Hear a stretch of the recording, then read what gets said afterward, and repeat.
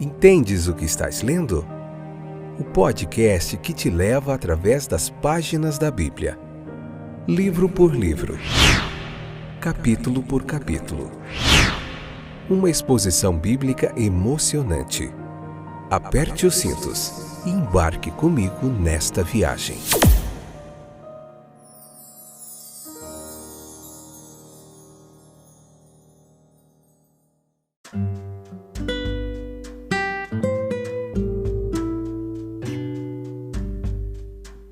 Este é mais um fantástico, excepcional episódio do podcast Entendes o que estás lendo? Essa é a pergunta.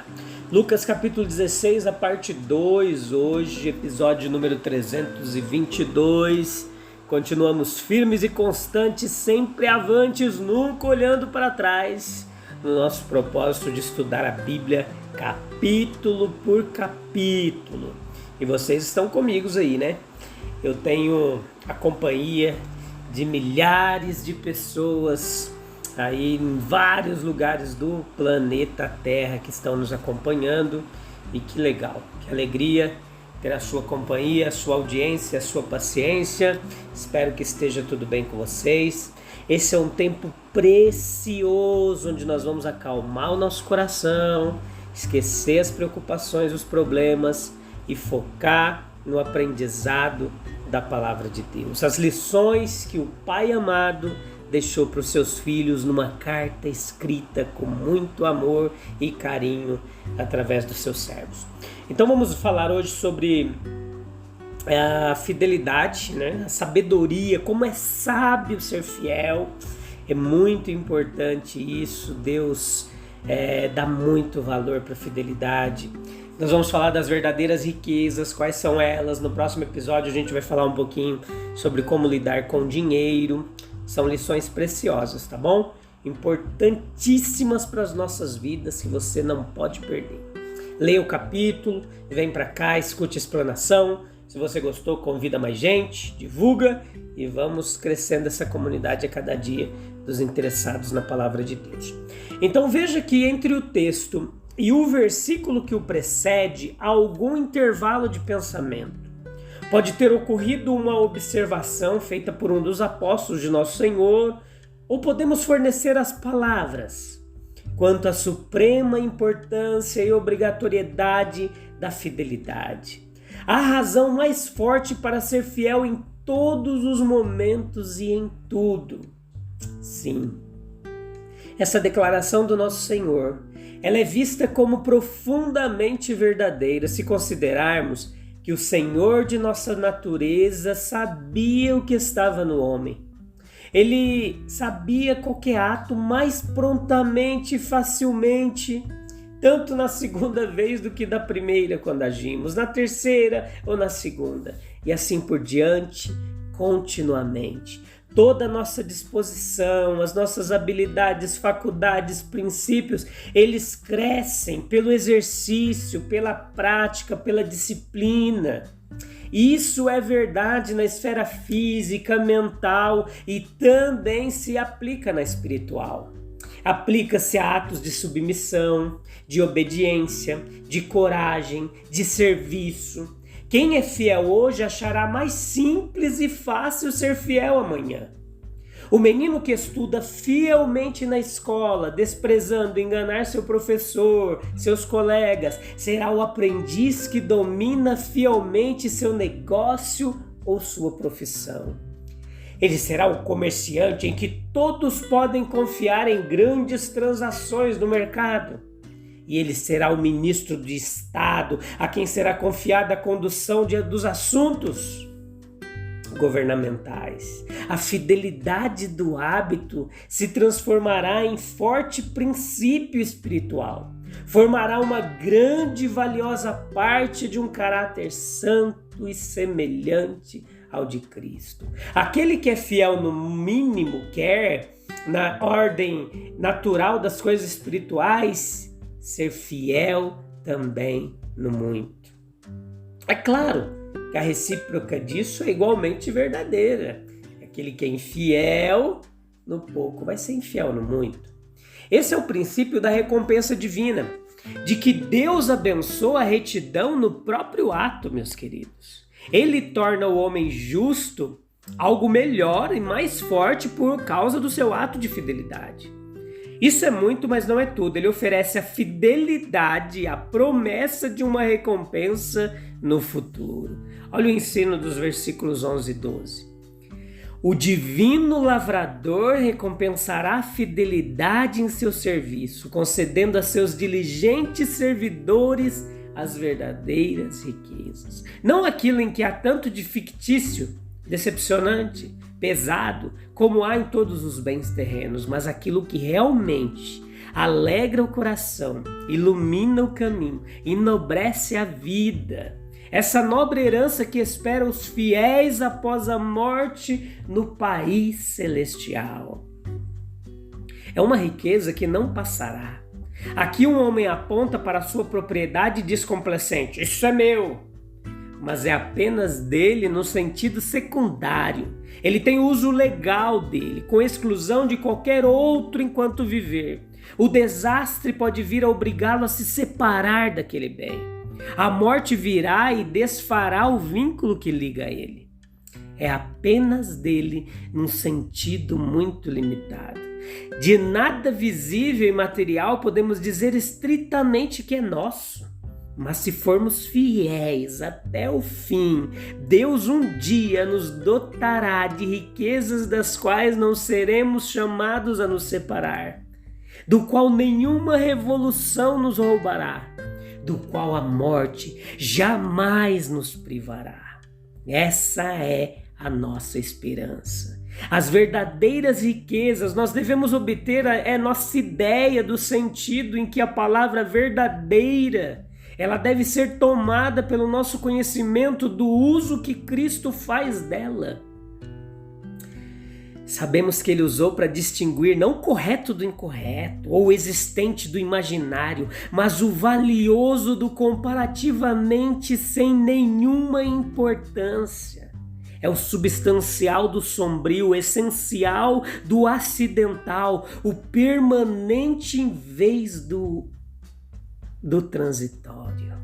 É nesse sentido que ele diz de si mesmo: eu sou a verdadeira luz, eu não sou aquele que presta o menor serviço de revelar objetos exteriores e o caminho exterior, mas aquele que presta o serviço supremo de tornar clara a verdade divina e celestial e o caminho que leva ao próprio Deus. Assim ele também fala de si mesmo como o verdadeiro pão, não o alimento que sustenta por algumas horas, mas aquele alimento interior, espiritual, que satisfaz a alma e fortalece para sempre.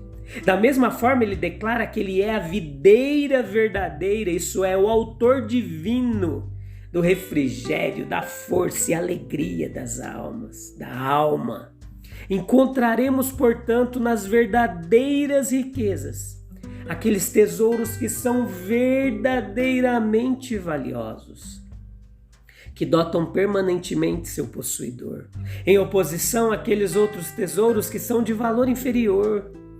Sem dúvida, essas riquezas que não têm o direito de serem chamadas de verdadeiras riquezas têm um valor próprio, que está longe de ser desprezível. Na verdade, eles nos prestam serviços que não podemos deixar de chamar de valiosos. Fornecem abrigo, comida, roupas, instrução e até no sentido do versículo 9, amizade. Mas eles não nos fornecem nem nos asseguram uma satisfação duradoura. A posse de riqueza pode dar a princípio um prazer considerável ao dono dela, mas pode-se duvidar se não há mais prazer encontrado na busca, no caminho, do que na posse dela. Há verdadeiras riquezas na reverência, estar vivendo no temor de Deus, estar adorando o Santo, estar caminhando diariamente, a cada hora, continuamente com o Pai Divino. Ter toda a nossa vida santificada pelo relacionamento sagrado com o céu, isso deve ser enriquecido e enobrecido de fato. A verdadeira riqueza no amor, O nosso melhor bem em casa não se encontra em nenhum móvel, está no amor que recebemos e no amor que temos em nossos próprios corações. O coração bondoso é mais do que tudo que temos. E estar recebendo o constante favor amoroso de um amigo divino, estar retribuindo sua afeição, amar também com amor verdadeiro e duradouro aqueles por quem ele morreu. Isso é muito rico. Há verdadeiras riquezas na paz, meus queridos, na alegria, na esperança do Evangelho de Cristo. A paz que excede o entendimento, a alegria que não empalidece, que ninguém jamais tirará de nós. Alegria em Deus, no seu serviço sagrado. A esperança que não envergonha, que é cheia de imortalidade. Essas são as verdadeiras alegrias. Versículo 13 desse capítulo 16 nos mostra uma linha divisória que nós devemos escolher se tomaremos nosso lugar deste lado ou do outro. Essa linha é encontrada no serviço de Jesus Cristo. Ser seu servo é ter se afastado do serviço do mundo. Permanecer no último é recusar servir ao Senhor. Nós podemos ser leais o suficiente a este mundo presente. Nós podemos ser animados por seu espírito, governados por seus princípios e ser contados entre os seus amigos. Ser servo e servidor de Cristo. Essa precisa ser a nossa escolha. O versículo 14 nos explica o que é um falso julgamento. Uma coisa impressionante que os homens eram considerados os melhores e mais sábios entre o povo de Deus, aqueles mestres da lei, se desviaram tanto em seu julgamento, em seu comportamento, que trataram com desprezo o bom e o sábio, quando ele viveu diante de seus olhos e falou em seus ouvidos. Perceba, meus queridos, que os fariseus tinham a lei de Deus em suas mãos, eles a tinham em suas mentes e memórias decoradas. Eles estavam perfeitamente familiarizados com isso. Eles sabiam bem até a última letra. Eles tinham a grande vantagem das escrituras devocionais, as legais, as escrituras didáticas, proféticas, iluminando-os.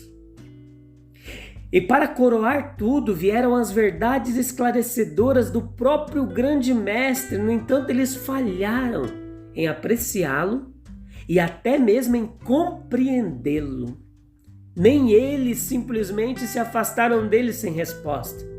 Eles assumiram a posição de oposição ativa e aguda contra ele.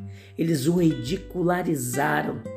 Eles procuraram trazer sua doutrina ao desprezo popular.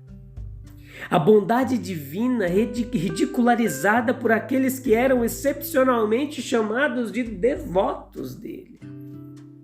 Nenhum homem poderia contestar a devoção dos fariseus, isto é, no que diz respeito à maneira e ao hábito.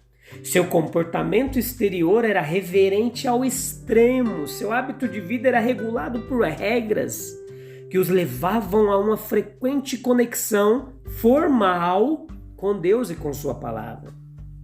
No entanto, com toda a sua piedade exterior, eles viram o santo de Deus vivendo sua transcendental e bela vida, positivamente perfeita diante deles. Agora veja que em vez de adorá-lo como filho de Deus, em vez de honrá-lo como um dos mais dignos dos filhos dos homens, o que eles fizeram? Eles o julgaram profano, indigno, e eles se esforçaram para trazê-lo sobre o desprezo de todos os homens bons. Tal era a sua perversidade e a sua contradição espiritual. A verdadeira explicação que explica esse erro radical e criminoso deles foi essa loucura da espiritualidade deles. Eles estavam todos errados de coração. Eles amavam a coisa errada e uma falsa afeição os levou, como levará todos os homens, para muito longe de Deus. Tudo é explicado na expressão que eram avarentos. Pois a cobiça é um egoísmo profano, é um cuidado mesquinho e degradante sobre as próprias circunstâncias de um homem, um desejo pequeno e fulminante de enriquecimento às custas de outros homens. É uma afeição que rebaixa, escraviza a alma, sempre arrastando para baixo e para a morte. É também um mundanismo culpado, é uma fraqueza moral que se deixa perder e enterrar nas buscas e prazeres de terras, do tempo, o estreitamento do alcance do apego e esforço humano para o que é sensual, temporal, excluindo os mais nobres anseios pelo que é espiritual, eterno. Esse mundanismo deles não é apenas uma coisa culpada, condenada por Deus, mas é uma coisa desastrosa que causa os mais graves males à humanidade. Distorce o julgamento, levou os fariseus a tomar tal atitude, a iniciar tal processo contra Cristo que culminou em seu assassinato. Termina em condenação. Um julgamento tão severo como o Senhor passou por esses guias cegos, por meio deles. Se estivermos bem no coração e aos olhos de Deus, a nossa justiça deve exceder a justiça dos escribas e fariseus. O cerimonialismo multiplicado não será suficiente. As propriedades aperfeiçoadas não valerão de nada, aumentadas. Somente um coração humilde, confiante, amoroso, nos tornará justos diante de Deus. Uma verdadeira afeição, o amor de Cristo nos conduzirá à verdade, à sabedoria, nos levará a Deus e ao céu também. Então é isso, eu te encontro no próximo episódio, onde a gente vai continuar meditando nesse capítulo 16, tem muita coisa legal, é imperdível os ensinamentos da palavra de Deus. A gente se vê em breve. Tchau, tchau. Deus abençoe.